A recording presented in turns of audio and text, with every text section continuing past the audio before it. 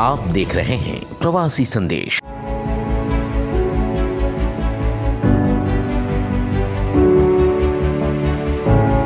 Corona महामारी की दूसरी लहर का बड़ी मुश्किल से सामना कर पाए व्यापारी वर्ग आगामी लहर से बुरी तरह से सहमा हुआ है। लोगों को डर लगा हुआ है कि अगर तीसरी लहर भी खतरनाक हुई तो उनका व्यापार पूरी तरह से चौपट हो जाएगा। पिछले साल भर से लॉकडाउन की मार झेल रहे प्रवासी व्यापारियों का इस कोरोना काल में भारी नुकसान हुआ है। इस बारे में बतौर फाइनेंस एक्सपर्ट चार्टेड रोशन वडाला हमारे साथ हैं। उनसे ये जानने की कोशिश करेंगे कि आने वाला समय अर्थ जगत के लिए कैसा रहेगा।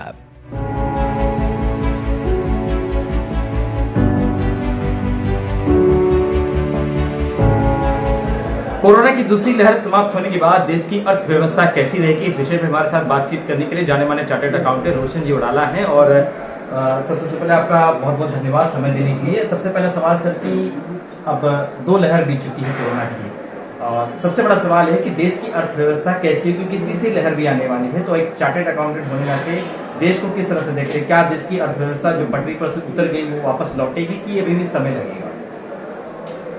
ये कोरोना नामक महामारी सिर्फ भारत में ही नहीं है, तो पूरे विश्व में अर्थव्यवस्था के ऊपर बहुत बड़ा दुष्प्रभाव लेकर के आई है जी।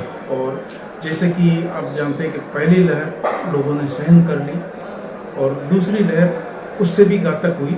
और अर्थव्यवस्था के आधार पर देखा जाए तो पहली लहर से उभर ही नहीं पाए व्यक्ति और व्यापार, और दूसरी लहर आ गई। मुझे लगता है कि इससे आर्थिक संकट का सामना हमें करना पड़ेगा।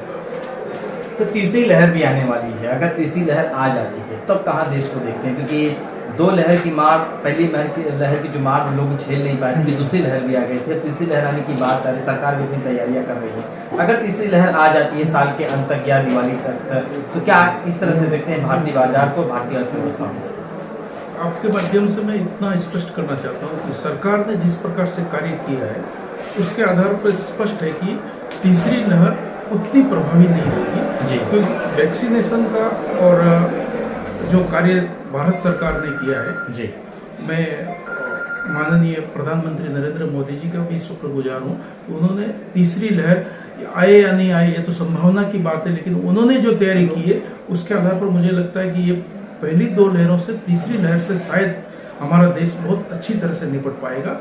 और जहाँ तक अर्थव्यवस्था का सवाल है, अब लोगों ने इस कोरोना काल में भी अपना आर्थिक कार्य संपादन करना सीख लिया है।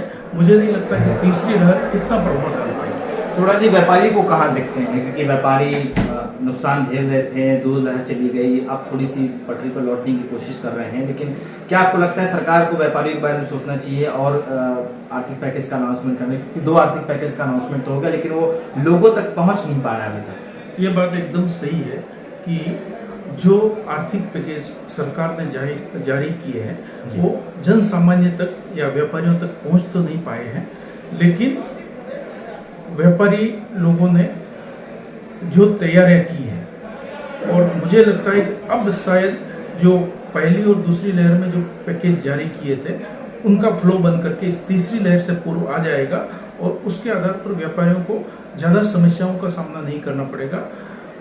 आज व्यापार में बहुत बड़ा बदलाव आ गया है, क्योंकि जिन व्यापारों को हम एकदम सुरक्षित व्यापार समझते थे, यानी कि इंटरेस्ट की इनकम, रेंट की इनकम, उनके ऊपर जो आदमी कार्य करते थे उनके लिए बहुत बड़ी समस्या खड़ी हो गई है। समस्या खड़ी होने के पीछे कारण ये है कि इंटरेस्ट जहाँ से आते थे वो व्यापार प्रभावित हो गए। रेंट जहाँ से आते थे, जिन प्रतिष्ठान से रेंट मिलता था वो रेंट देने की कंडीशन में नहीं है, कहीं रेंट बंद हो गए, कहीं परसेंटेज में डिवाइड हो गए। इसका प्रभाव न सिर्फ व्यापारी वर्ग को पड़ा है, लेकिन जो रिटायर्ड होकर के जो लोगों ने अपनी लाइफ को रिटायर्ड बना दिया और आराम की ज़िंदगी जीना चाहते थे, कि इंटरेस्ट और रेंट के आधार पर चलना चाहते थे, उनके ऊपर भी बहुत बड़ा प्रभाव आया है। चवड़ाल जी, इस 2 लहर में, कोरोना की लहर में हम देखें कि बहुत सारे उद्योग व्यापारों को नुकसान है, लेकिन कोई ऐसा व्यापार उद्योग जो है जिसको अभी तक क्षति पहुंची है, और आने वाले समय में क्या आपको लगता है कि उसकी कोई ऐसा व्यापार बताइए जिसके बारे में जो सबसे ज़्यादा उसको नुकसान हुआ हो? सबसे ज़्यादा मुझे लगता है कि पर्यटन के व्यवसाय को और एंटरटेनमेंट और इवेंट जी, यानी कि आज भारत जैसा कि एक ऐसा सामाजिक देश है जहाँ पे शादी, ब्याह प्रोग्राम कार्यक्रम हुआ करते थे, उससे रिलेटेड इवेंट के कार्यक्रम होते थे, उन लोगों को काफ़ी नुकसान हुआ। पर्यटन का बहुत बड़ा असर आया, क्योंकि दो उसके कारण होते हैं कि जो लोग रिटायर होते हैं वो पर्यटन के ऊपर खर्च करना चाहते हैं। उनको लगता है कि 10 दिन, 5 दिन, 15 दिन कहीं घूम के आवे, खर्चा करें। वो लोग एक तो बीमारी के डर से बाहर निकल नहीं रहे, दूसरी ओर से होटलों में, सरकारी नियमों में ऐसे नियम आ गए हैं कि उन्हें सीनियर सिटीजन को इधर उधर जाने में काफ़ी दिक्कत का सामना करना पड़ रहा है।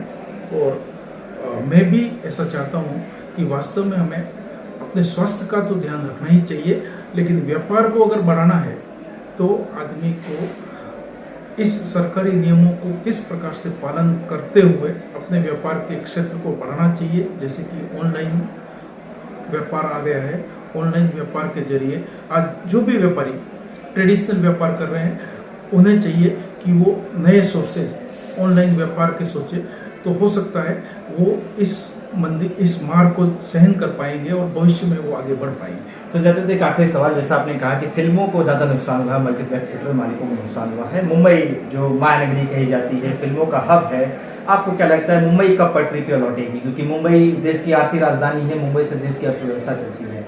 क्या उम्मीद लगा रहे हैं कि मुंबई कब तक पटरी पे लौटेगी? क्योंकि यहाँ पर भी वैक्सीनेशन का काम हो चुका है, लगभग 50% लोग वैक्सीन लगा चुके हैं।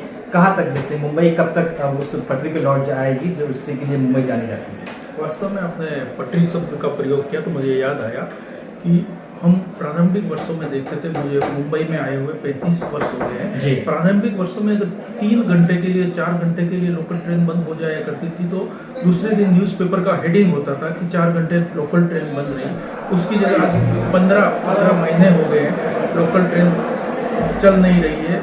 पटरी पर लौटने के लिए जो जन सामान्य, जो दूर दराज रह करके, विशेषकर थाना डिस्ट्रिक्ट, रायगढ़ डिस्ट्रिक्ट से जो मुंबई में सर्विस करने के लिए आते थे, उन लोगों को, उन परिवारों को नुकसान हुआ है और उनका खामियाजा व्यापारी वर्ग को भुगतना पड़ रहा है, क्योंकि उन्हें वो स्टाफ मिल नहीं रहा है। बहुत सारे प्रतिष्ठानों ने अपने कार्य को इस कारण सीमित किया है कि उन्हें प्रॉपर स्टाफ नहीं मिल पा रहा है।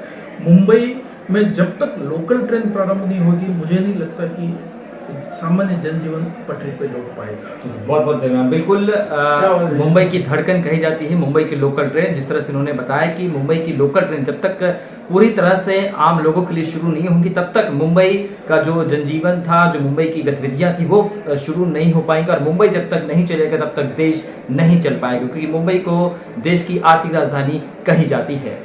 वीडियो जर्नलिस्ट भानु प्रजापति के साथ शुभम पांडे, प्रवासी संदेश, मुंबई। ब्यूरो रिपोर्ट, प्रवासी संदेश। प्रवासी संदेश को लाइक करें, शेयर करें, कमेंट करें, सब्सक्राइब करें और बेल आइकन जरूर दबाएं।